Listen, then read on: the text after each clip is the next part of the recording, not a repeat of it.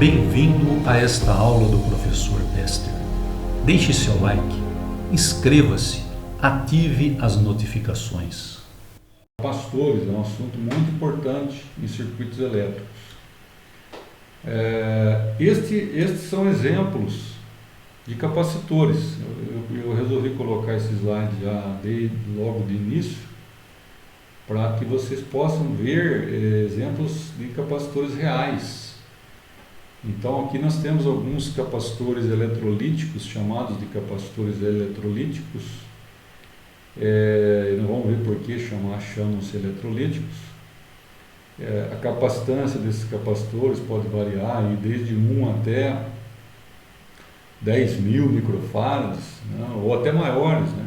Tem capacitores aqui agora, hoje em dia, da ordem de farads, né? Aqui nós temos os capacitores de poliéster metalizado. Então aqui é um outro tipo de capacitor. Aí tem vários tipos de capacitância também, mas já é bem menor do que esses outros aqui. E aqui são exemplos de capacitores chamados capacitores de tântalo, que é um tipo de capacitor muito específico para um uso específico em alguns tipos de circuitos elétricos. Tá, então, mas são três exemplos, né?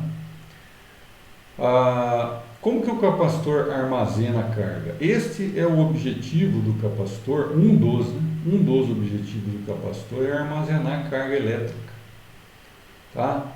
E como que ele faz isso? O capacitor ele é constituído disso aqui. Nós vamos ter um slide mais adiante que tem mais detalhes, mas ele tem, na verdade, duas placas de material condutor isoladas por um material isolante chamado de dielétrico. Então essas placas aqui são de material condutor e no meio eu tenho um dielétrico. Essas placas que eu vou ligar com o meio externo. Então os polos do capacitor são ligados a essas placas. E a energia se acumula aqui dentro através de cargas elétricas. Então, essa é a ideia do capacitor básica, né? A ideia uma das aplicações mais importantes do capacitor é no armazenamento de energia. E como que a gente consegue armazenar energia no capacitor?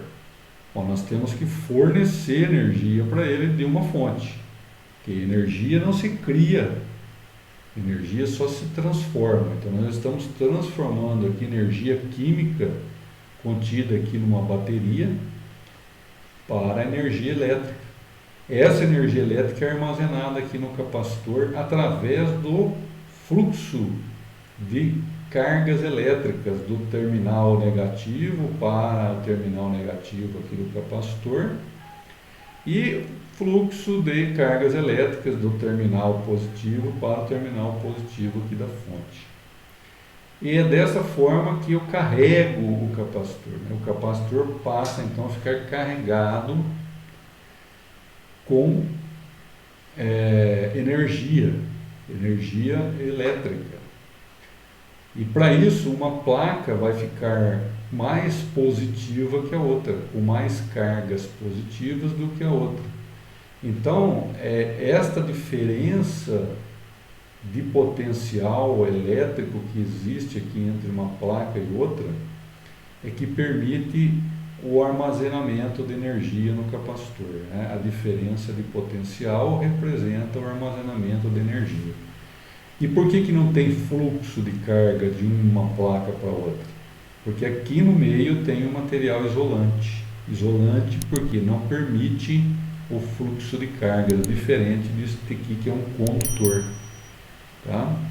E por que eu tenho um resistor em série aqui com a fonte? Para limitar este fluxo de cargas aqui, justamente para limitar. Então esse é um papel importante do resistor, é limitar a corrente. Não deixar que a corrente aqui seja tão alta que danifique o capacitor. Por isso eu coloco um resistor em série com a fonte quando eu quero carregar um capacitor por algum motivo. Nós vamos ver lá na frente, que em circuitos tem vários motivos pelos quais eu preciso carregar um capacitor.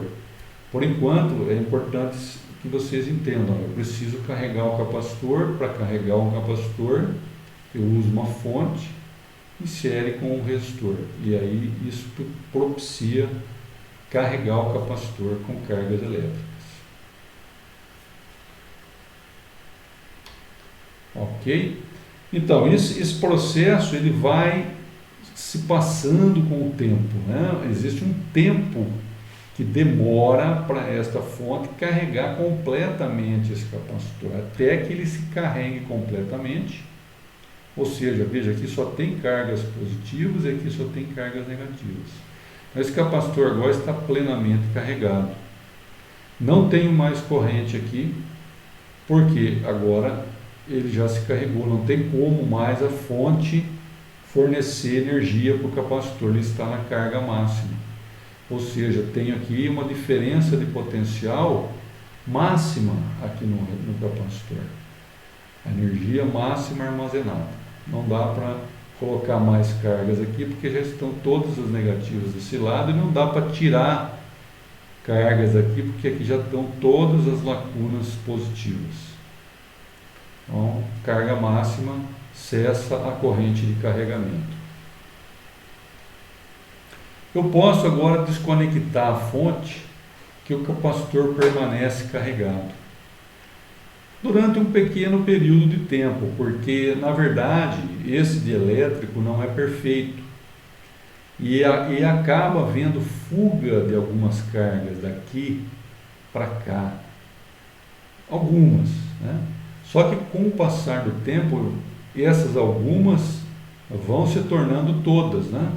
Porque o tempo vai passando, essa fuga, embora pequena, ela, com o passar do tempo, acaba descarregando o capacitor. Então, se eu retirar a fonte, imediatamente após a retirada da fonte, o capacitor continua carregado. Mas com o passar do tempo ele vai descarregar. Por quê? Porque o dielétrico não é um isolante perfeito e acaba havendo fuga aqui de uma carga elétrica de uma placa do capacitor para outra placa e ele vai se descarregando. Aí é o seguinte, eu tenho a medida a medida do capacitor, né, o valor que representa a quantidade de energia que um capacitor pode armazenar, chama-se capacitância. Então, a capacitância do capacitor é a capacidade, como o próprio nome diz, é a capacidade que ele tem de armazenar carga elétrica, energia elétrica. E é a capacitância dada numa unidade chamada farads, ou melhor, microfarads, né? Porque farad é uma unidade muito grande, então por isso que os capacitores são especificados em microfarads. E qual que é a relação entre a capacitância, a carga armazenada pelo capacitor e a tensão aplicada nos terminais do capacitor? São essas três relações aqui, que na verdade é uma só, né? É esta aqui. C é igual a Q sobre V. Essas duas aqui, elas se originam dessa primeira. Então, a capacitância de um capacitor é igual à capacidade de armazenamento de carga que ele tem dividido pela tensão nos seus terminais. Tensão nos terminais do capacitor. Dada a carga e a tensão aplicada em um capacitor, calcule a sua capacitância. Então, eu tenho a carga. E lembra que a carga, eu especifico a carga em coulombs. Coulombs é a unidade de carga elétrica. Aqui, no caso, está dado em microcoulombs, ok? Não tem problema, é um submúltiplo do coulomb. Mas a carga elétrica, a unidade de carga elétrica é coulomb. Tá? Então foi dado, isso aqui é dado do problema, 50 microcoulombs e a tensão nos terminais do capacitor é 10 volts. Qual que é a sua capacitância? 5 microfarads. Na letra B foi dada a capacitância 2,2 microfarads e a tensão aplicada no capacitor 100 volts. Portanto, eu multiplico capacitância por tensão, vou ter a carga armazenada no capacitor. Olha lá, 220 microcoulombs. Na letra C, o exemplo diz o seguinte, foi dada a capacitância e a carga. Calcule a tensão nos terminais. Foi dada a capacitância, 1000 picofarads, e a carga, 20 microfarads. Né? Essa relação de unidades é importante saber. Então, 20 microcoulomb dividido por 1000 picofarads dá 20 kV. Essa é a tensão aplicada no capacitor. Veja, esse capacitor tem que ser capaz de suportar esta tensão, né? Isso é importante ao construir o capacitor, ele tem que ser capaz de suportar 20.000 volts.